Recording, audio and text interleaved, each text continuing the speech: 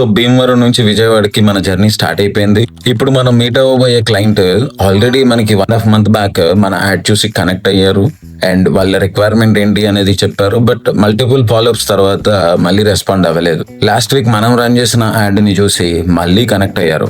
ఆయన చాలా క్లియర్ గా చెప్పారు. యాక్చువల్ గా ఆయనకి ఒక 4 స్వీట్ షాప్స్ ఉన్నాయి విజయవాడలో అండ్ తెలిసిన వాళ్ళతోటి ఫ్రీలాన్సింగ్ వర్క్ లాగా వర్క్ చేపిస్తున్నారు అని.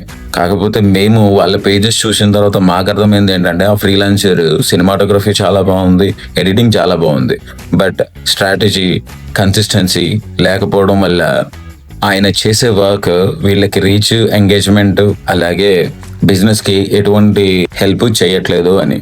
అదే విషయం ఈరోజు మీట్ అయినప్పుడు కూడా చాలా క్లియర్గా ఎక్స్ప్లెయిన్ చేసాం.